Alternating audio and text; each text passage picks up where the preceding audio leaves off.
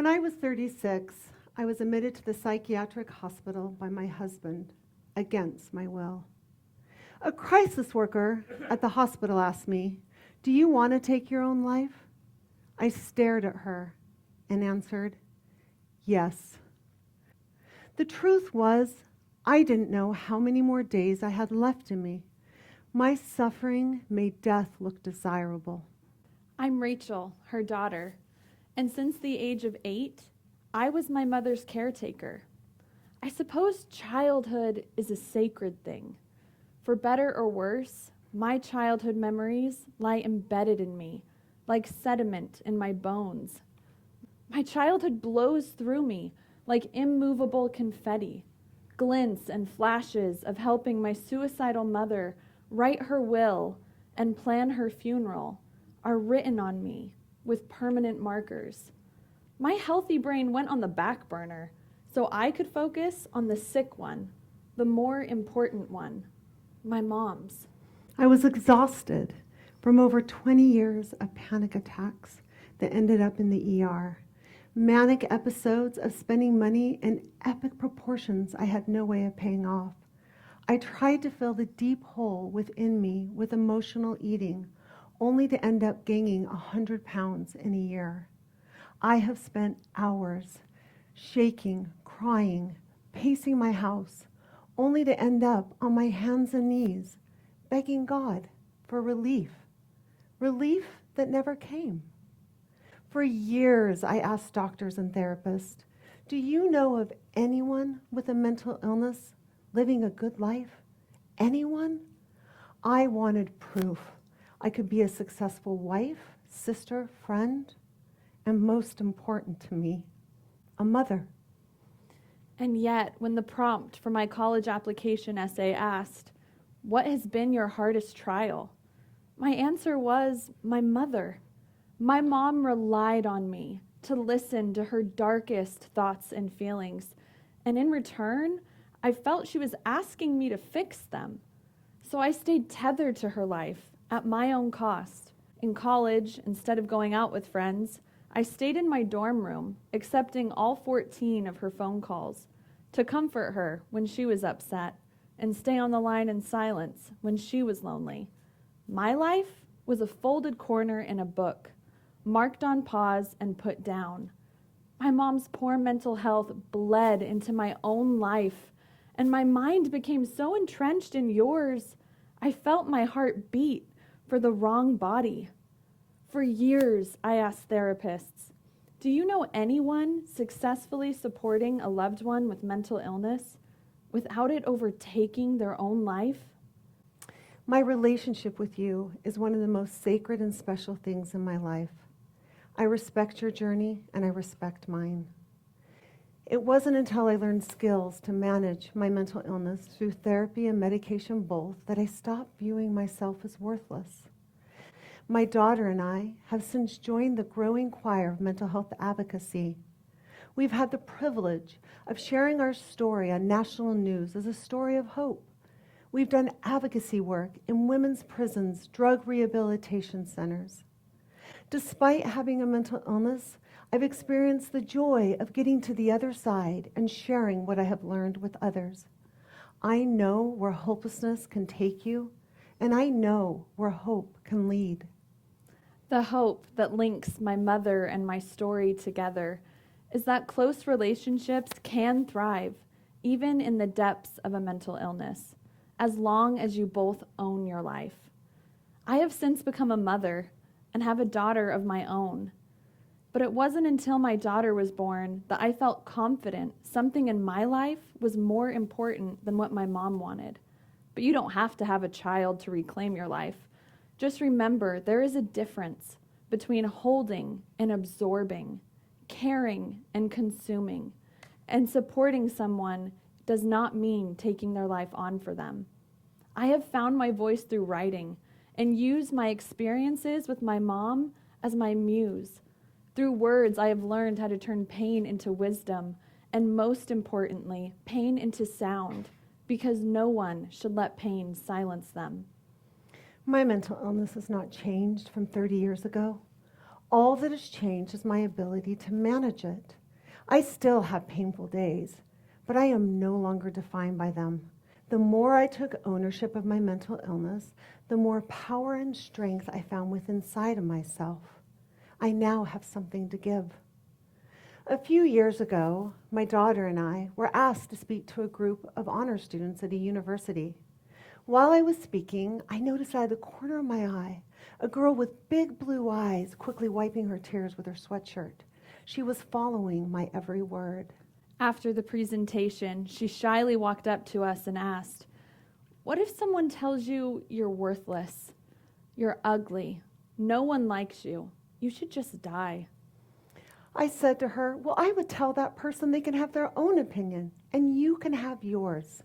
Tears welled in her eyes as she said, "Yeah, but what if the person saying it is me?" I'd been that girl just 8 years ago. I couldn't break through the glass walls my mind built around me. I felt so uncomfortable inside. It was like I was wearing clothes that were too tight, but I couldn't take them off. My agony silenced all the love of my family and friends. I thought I needed a way out of the pain. So I ran to my bathroom, locked the door, unscrewed the lids to my medications, and swallowed over 100 pills in an attempt to take my own life. Every 40 seconds, a person dies by suicide. Many people believe that those who attempt suicide want to die. That is false. Many want to live. I wanted to live. I just didn't know how. I knew the wreckage that type of death does to a family. I lost my own father to suicide. But unlike him, I was one of the lucky ones. The ER doctors and nurses were able to save my life, a life they thought had value, at a time I did not. When being a caretaker for someone with mental illness, it's easy to let their life trump yours. How is anything more important than keeping a depressed or suicidal person happy? How can anyone risk any form of stepping away from a person capable of becoming suicidal? I brought my daughter into the darkest corners of my mental illness so I didn't have to experience them alone, weaving you to me until the lines of mother And daughter got blurred. We had an enmeshed relationship, which means she viewed me as an extension of herself to get her own needs met. I took things from her, even her childhood, things that were not mine to take. I robbed the innocent, thinking you were my way out. I didn't see a way out unless I disappeared. I needed a healthier way to live. I needed a healthier you. It was time I took responsibility of my illness. After my suicide attempt, my 16-year-old son went to another state to live with relatives. My daughter was going to college and my husband wanted a divorce. In the ICU, laying in that hospital bed, I realized all I had was me. I was left to sink or swim based on what I chose to do next. People were done building life rafts for me. It wasn't their job to make me happy or cushion my emotional pain.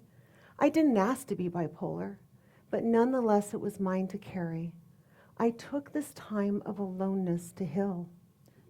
My therapist taught me that two truths can be true at the same time. Two truths like we can be in despair and hopeful, or we can be in pain and having a good time, or I could love and support my mom while having distance from her. I was learning how to help my mom keep her life without losing mine. Research shows that medication and therapy combined is one of the most effective approaches. As I worked with doctors and therapists, my own personal mental health journey required a trial and error process of several medications. I enrolled in a dialectical behavior therapy program, which taught me how to understand my difficult emotions and skills to manage them. I learned that when you are suffering, if you push against your feelings, they will push back. As my mom was getting healthier, I was stuck in the trenches we had lived in together. I was waiting for her to get sick again. I was listening for old cues like ghosts in hallways. I was watching her, waiting for a chance to jump in and aid her. That's where my conditioning was. That was my identity. Sonja's caretaker, Mom's person. If I gave that up, who was I? Because the truth was, although I resented it, a large part of me still struggles letting go of that assigned role. Healing doesn't just happen in one burst of effort. The reality is my difficult emotions still chase me down, crash my doors open, and demand to be seen. But now, instead of running, shoving, blaming, and believing I've been wrongfully taken victim, I took my power back. I open my front doors and welcome my mental illness in. I stand with willing hands. I practice surrendering to what is in that moment, even uncomfortable, unwanted moments. Surrendering doesn't mean that you believe it's fair, just that you accept what is. I would have never thought my road to healing would be found when leaning into the pain instead of pushing against it. I am no longer a victim to my mental illness. My therapist taught me the concept of that's yours. She said, we can sit at the dinner table together, but it's bad manners to eat food off someone else's plate. If we eat our dinner and theirs as well, we'll get sick. It's inappropriate to reach across the table and take what isn't ours. It's the same with emotions. This is mine. That's yours. This is my mental illness, mine to carry, mine emotional pain to learn from. I'm sorry I made it yours to carry. Rachel, I am so, so sorry. Can you do that one again? Yeah. I'm sorry. She wants to hear the apology again. Okay. Okay.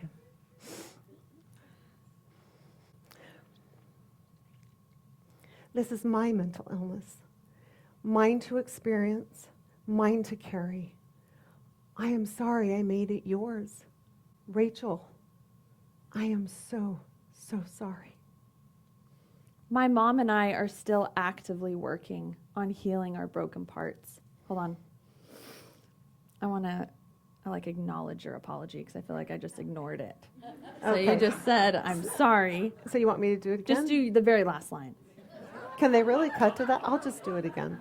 Okay. Third We're going to time's the have charm. 3 apologies. You guys are going to know I'm really sorry. I'm ready for it. Okay. Okay. This mental illness is mine to carry, mine to learn from, mine to experience. I'm sorry I made it yours to carry. Rachel, I'm so, so sorry.